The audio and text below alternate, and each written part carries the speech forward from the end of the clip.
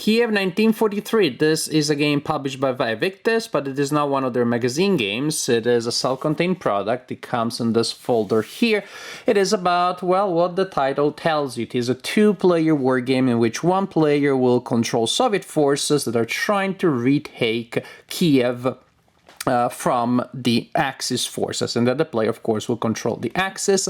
You can also play the game solitaire, controlling both sides at the best of your possibilities. The game has a lot of random and variable elements that will definitely make it possible for you to still experience a lot of surprises, even if you are controlling both of the sides. Now, the game is played on this paper map here that lays flat easily on the table. What you see here is the map without any plexiglass on it, and it's perfectly playable that way. The game comes with three scenarios. One is the first phases of the operation, one the second phase of the operation, and then you have the campaign game that includes both. In the first scenario and the campaign game, which of course start from the same situation, you will have Soviet forces lined up in that area there, and you have a line of Germans all around them trying to stop them. So it already starts close and personal. You also have one single sad and scared Axis unit here.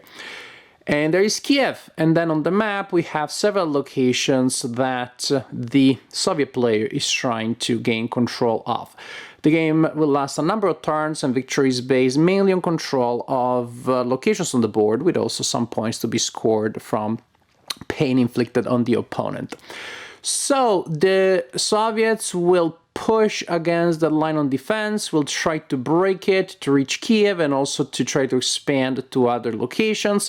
The Germans have good defenses, but the Soviets have superiority in numbers and also in supports. There's going to be a storm of artillery raining on the head of the Axis units, so sooner or later, probably sooner, the line is going to start crumbling. Then the Axis has to try to figure out where to defend and how, and the Soviets had to decide where to push and in which direction.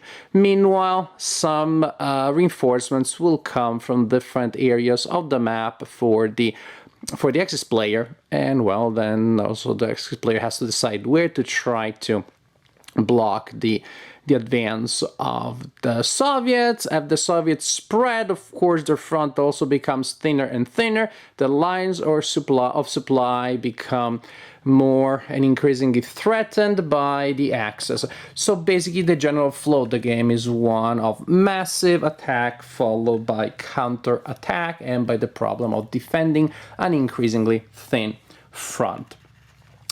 Units are organized in commands, and you have player aids that will help you remember what the commanders do. The commanders are represented by game pieces that go on the board, and again, their abilities are also indicated here. This guy is this guy.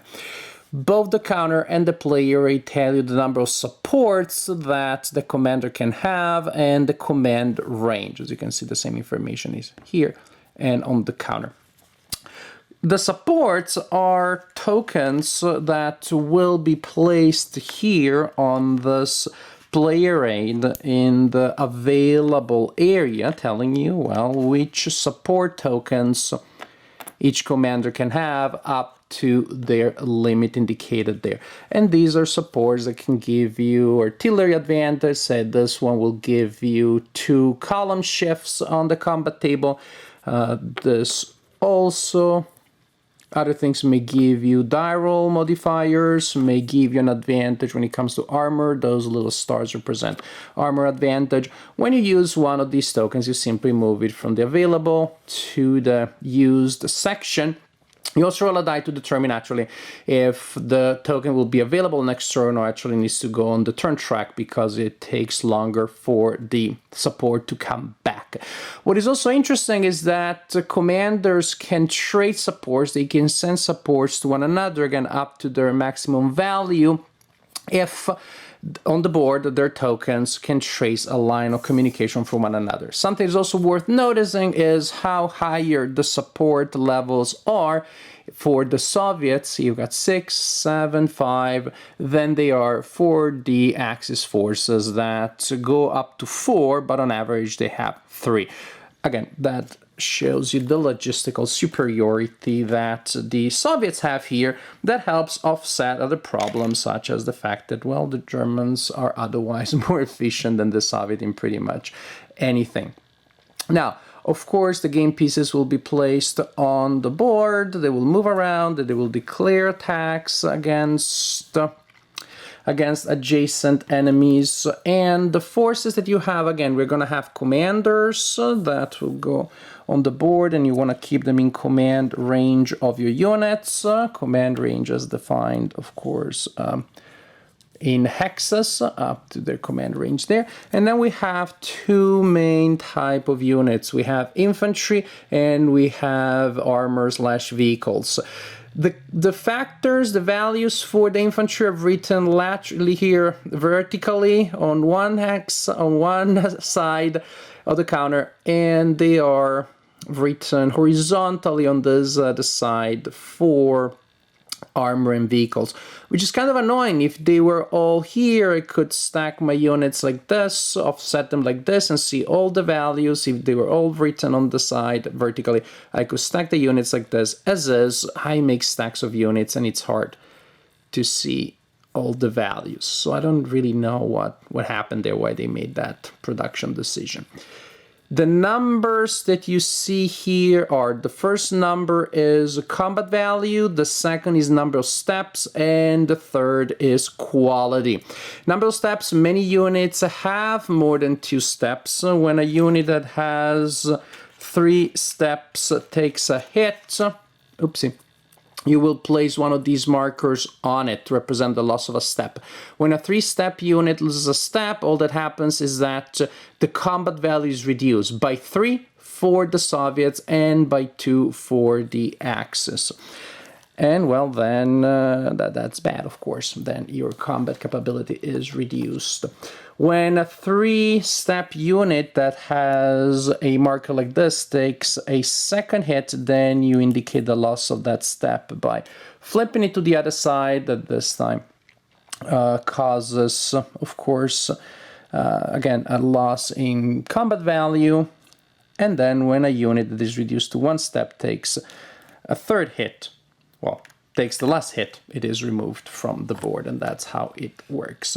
So units are divided in commands. As you can see, those commands are indicated by the color of the band around the combat value and about the other values, and also the color of the commander. Then you also have units that are independent. They are indicated by a black band, and they can be activated by any commander. And so we're going to put some of those there too. Now, and say also we have units that are both part of a command, but they can also be activated independently. What happens is this: during the game, players will alternate activating their units. I'm going to put a bunch of units there, sort of randomly, but this way you get a sense. They will alternate activating their units. When they activate units, they can declare formation activation, in which case you activate all units under one commander that are within the range of command of that commander, plus a number of independent units. That changes the Axis more efficient, so can activate more independent units during a formation activation than the Soviet player. So you can declare a formation activation, or you can declare a general activation, in which case you can activate a number of units anywhere on the board, regardless of command status, but that is less efficient, and yet still the Axis player gets a better general activation than the Soviet player. So usually you want to go for formation activation. All units, and then players activate it. So one player declares an activation, the other player another activation, and so on and so forth. The turn ends when both players pass in a turn, decide not to activate anymore, or they cannot activate. That may take a while if that's the way they decide to go, because units can activate more than once. Yes, you can activate units that were already activated, in which case, however, they are fatigued. There's a marker for that. There are a lot of status markers here. You can be fatigued, disordered, isolated, out of supply, lots of those status markers. So you can fatigue a unit to activate it again. Of course, with penalties, it loses action points, it loses combat capability. Action points, this is a game that has a fluid turn structure, or I should say activation structure, because units will receive a number of activation points, and then they'll simply spend them. That means that a unit may spend activation points to attack multiple times in a turn, to move multiple times in a turn, to attack and move and attack. A lot of flexibility here. It takes 1 action point to activate a unit for movement, and units have to stop when they enter the zone of control of an enemy unit. All combat units project the zone of control in the 6-axis surrounding them. You can move from a non-zone of control into a zone of control. You can move from a zone of control of a unit to a zone of control of another unit, like so, but to move from a zone of control of a unit to a zone of control of the same unit, like that would be from there to there. There's a procedure which is a little complicated. The idea is try not to do it because it's very complex. So zones of control are very sticky, which is very important for the Axis player who's trying to slow down the advance of the Soviets. So it costs an action point to move, it costs an action point to launch a regular attack, it costs 2 action points to launch a prepared attack, which is of course more powerful. You can also spend action points to enter an improved position that will give you defensive advantages if you're attacked. So these are pretty much the main things. Oh, it takes action points to recover from fatigue, and so on and so forth. Now, combat, it's a war game. We want to know how that works. Combat is based on classic combat odds, so you will declare attackers and defenders, and you will calculate a ratio between the combat value of the attacker and that of the defender, turn it into, say, 1-to-1, 2-to-1, 3-to-1, etc., etc. Then you will apply modifiers. You will look at armor superiority, remember those stars. Then also you calculate the differential in armor superiority stars of units involved, attacker minus defender, and then you roll a die to determine if that has resulted in column shifts on this ratio column here. You may also have modifiers based on terrain, which of course will also modify movement.